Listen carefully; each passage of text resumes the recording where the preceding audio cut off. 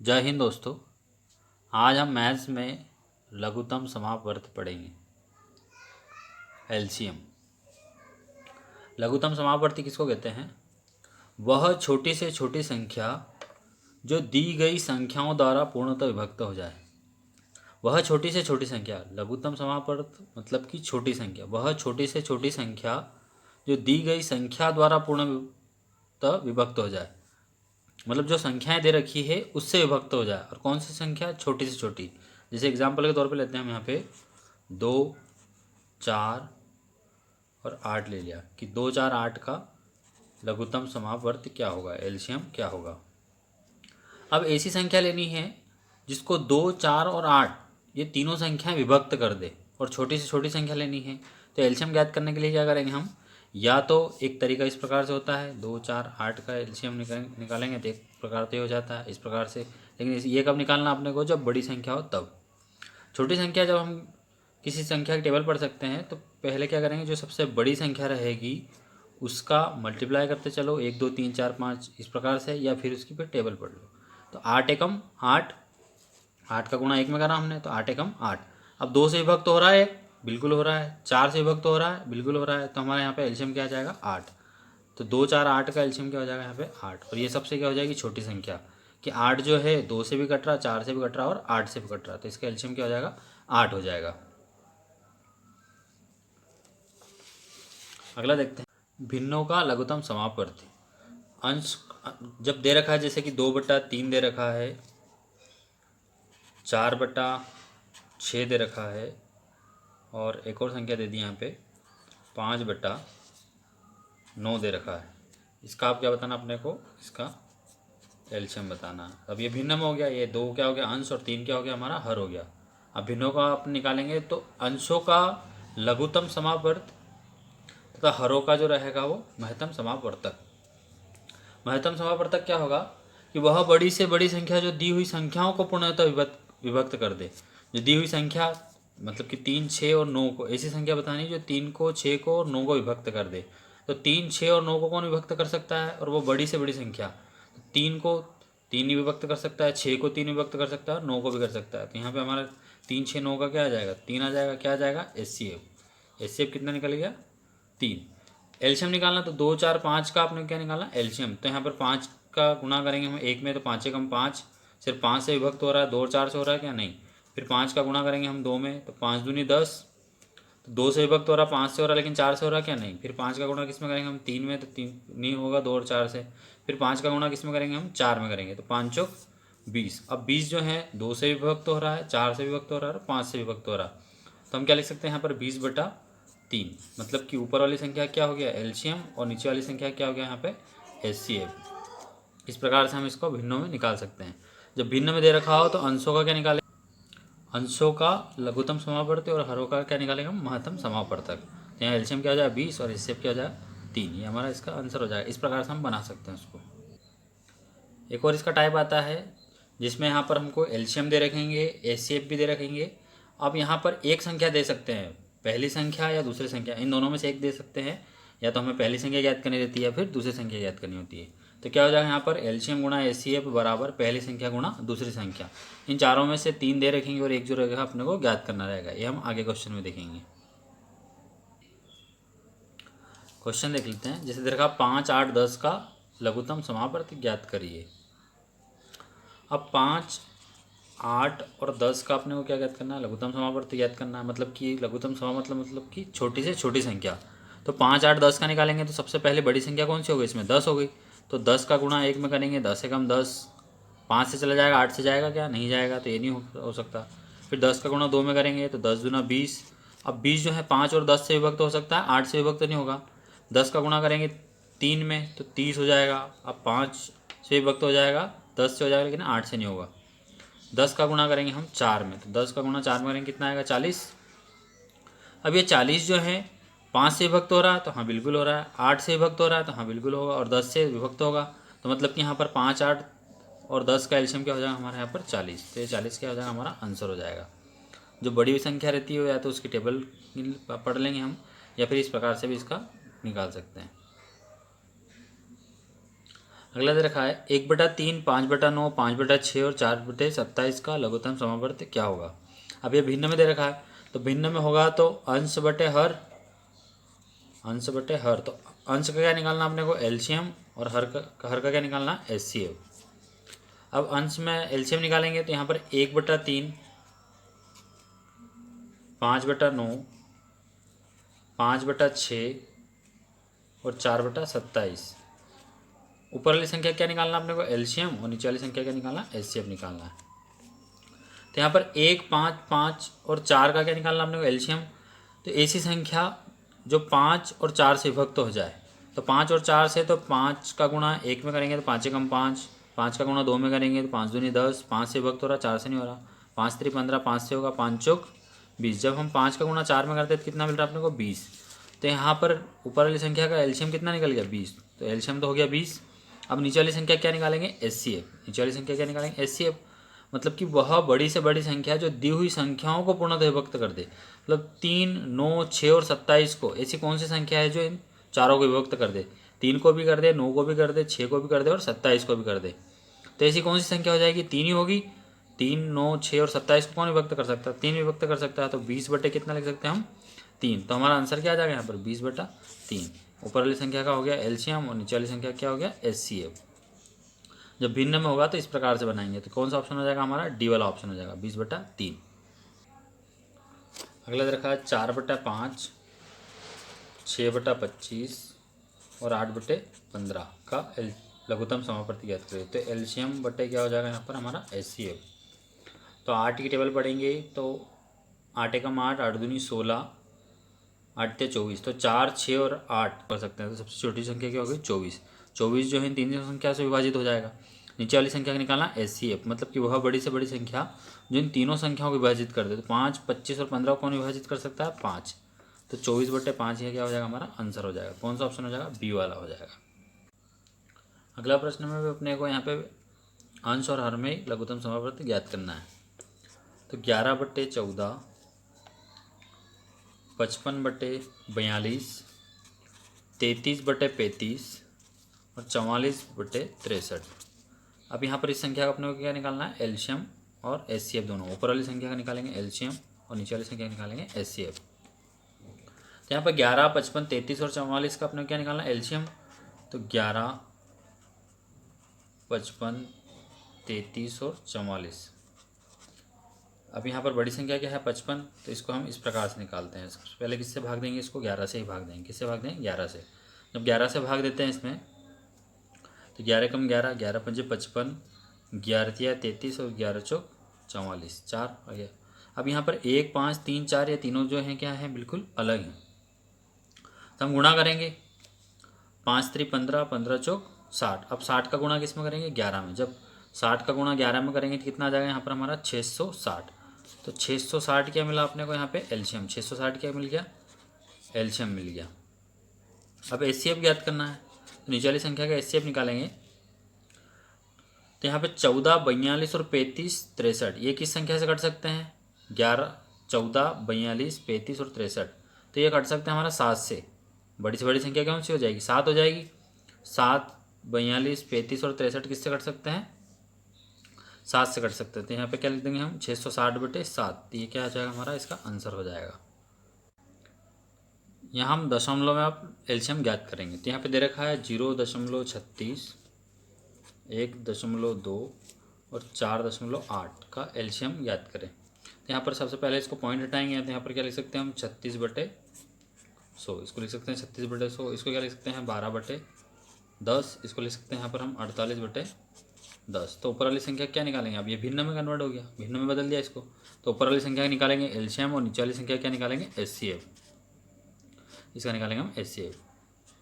तो यहाँ पर 36, 12 और 48 ऐसी संख्या जो इन तीनों को विभाजित कर दे।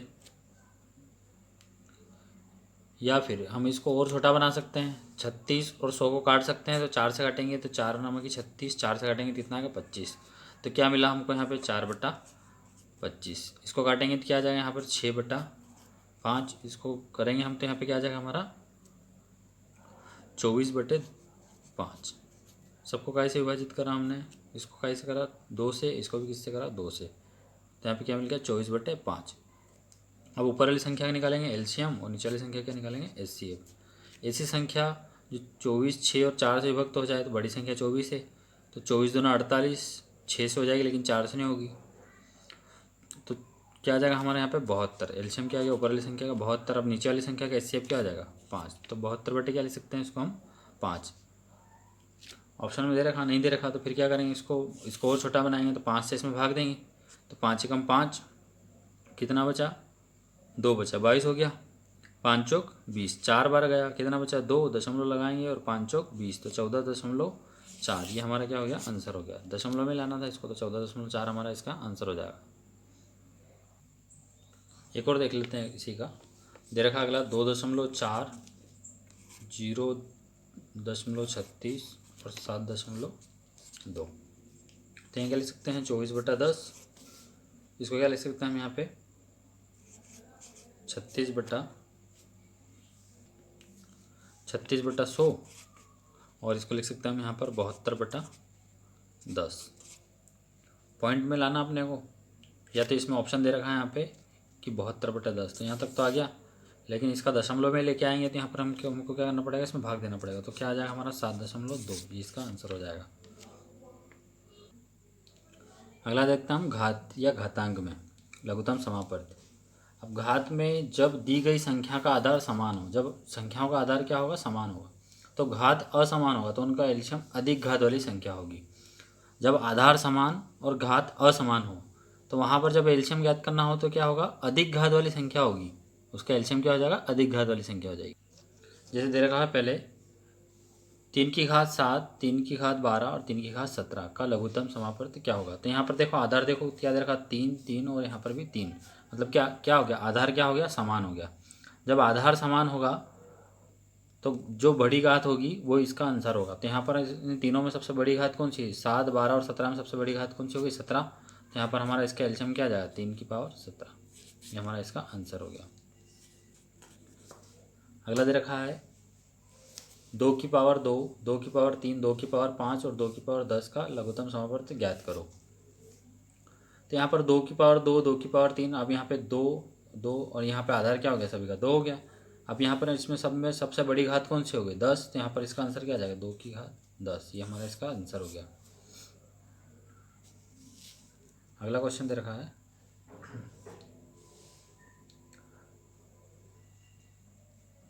3 की घात -2, 3 की घात -4, 3 की घात -7, 3 की घात -5 का लघुत्तम समापवर्ती क्या होगा।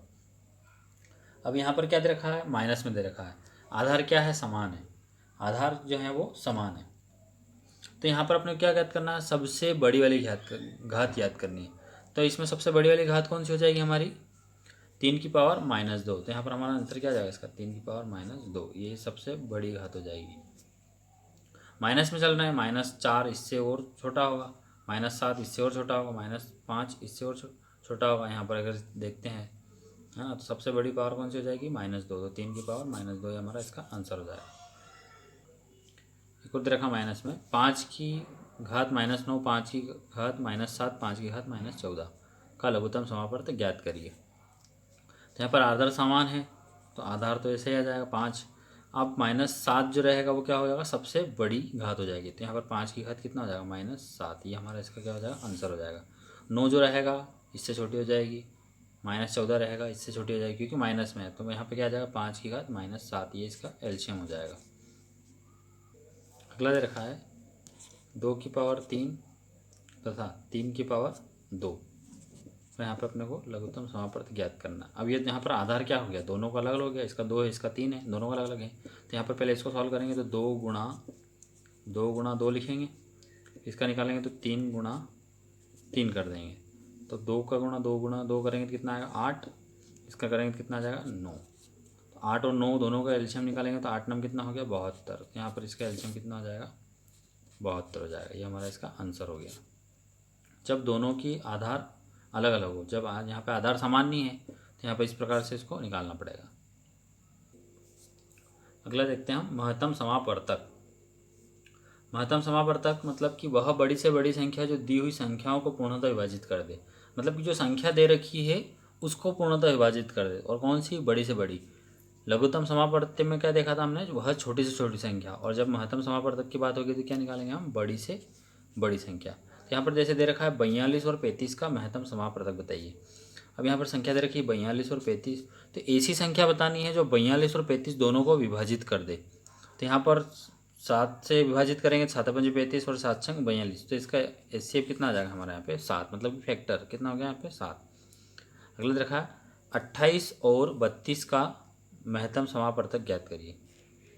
तो यहाँ 28 और 32, तो ऐसी संख्या बतानी है जो 28 और 32 को विभाजित कर दे और बड़ी से बड़ी। तो यहाँ पे 2 लेंगे तो 28 और 32 को विभाजित कर सकता है, 3 करेगा नहीं। 4 को लेंगे तो 4 28 और 32 दोनों को विभाजित करेगा। 8 को लेंगे तो 8 सिर्फ 32 को विभाजित कर सकता है, 28 को नहीं कर सकता। तो यहाँ पर हमारा एचसीएफ क्या हो जाएगा? 4 हो जाएगा। 4 जो रहेगा वो 28 को विभाजित कर देगा और 32 को कर देगा। तो बड़ी से बड़ी संख्या क्या होगी हमारी? 4। 4 जो रहेगा इसका क्या हो जाएगा? एचसीएफ हो जाएगा, जो 28 और 32 दोनों को विभाजित कर देगा।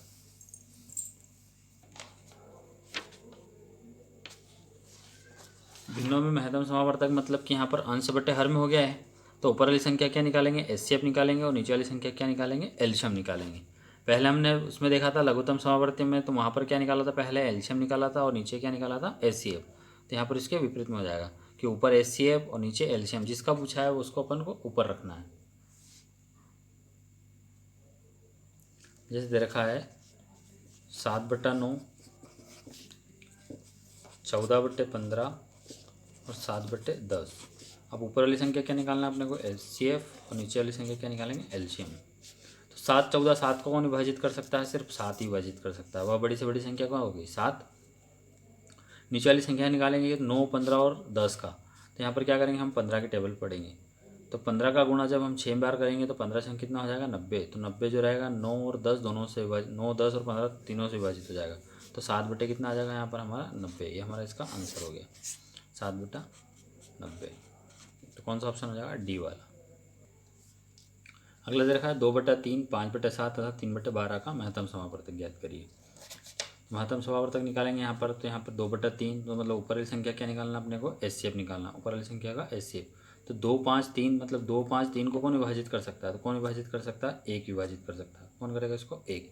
तो ऊपर तो आ जाएगा 1, मतलब कि ए और बी दोनों ऑप्शन तो हट गए हमारे पास, क्योंकि ऊपर 1 है नहीं इसमें। अब यहाँ पे या तो 84 होगा या फिर 48 होगा, इन दोनों ऑप्शन में से एक है हमारे पास। तो 3 7 और 12 का क्या निकालना है? एलसीएम निकालना है।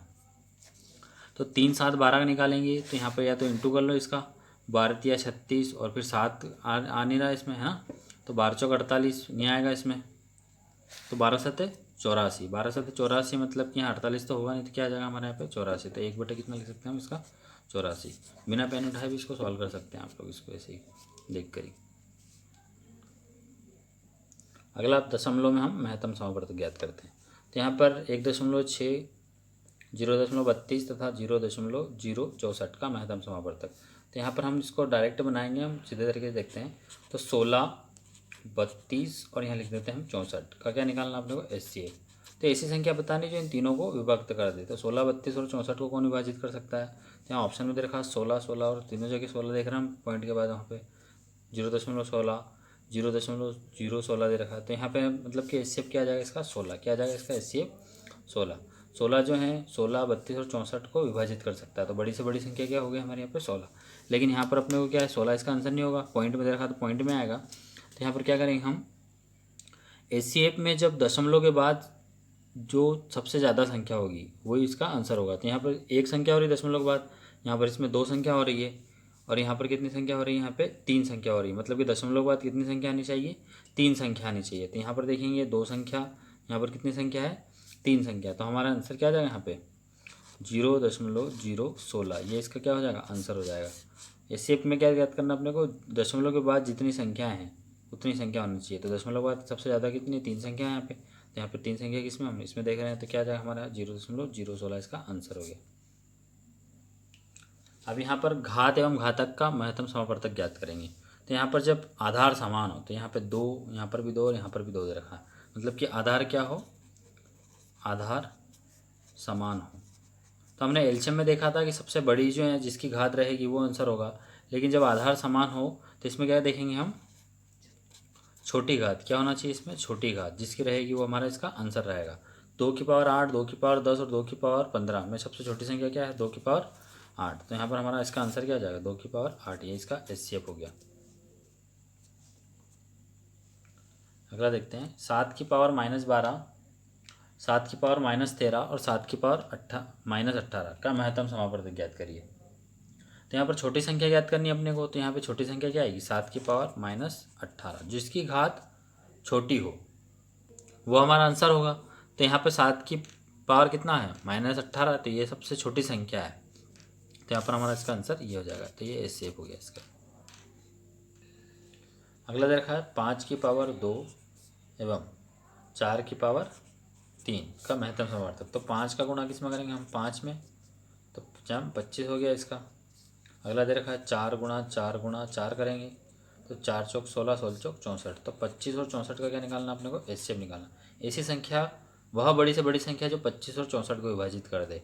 तो बड़ी से बड़ी संख्या क्या होगी, एक ही होगी। इसके अलावा ये दोनों किसी से विभाजित नहीं होंगे, एक ही संख्या से विभाजित होना चाहिए। तो ये सिर्फ एक से विभाजित हो सकता है। तो क्या हो जाएगा हमारे यहाँ पे आंसर इसका 1 हो जाएगा। अगला प्रश्न दे रखा है 2 की पावर -2, 4 की पावर-3, 6 की पावर-2। अब यहाँ पर आधार क्या है, तीनों का अलग अलग है। तब यहाँ पे आधार तीनों का अलग अलग होगा और ये काम दे रखा माइनस में। तो जब इसको प्लस में लेकर आएंगे हम तो इसको क्या लिख सकते हैं हम यहाँ पर, 1/2 जब माइनस में था काय में हो गया, प्लस में हो गया।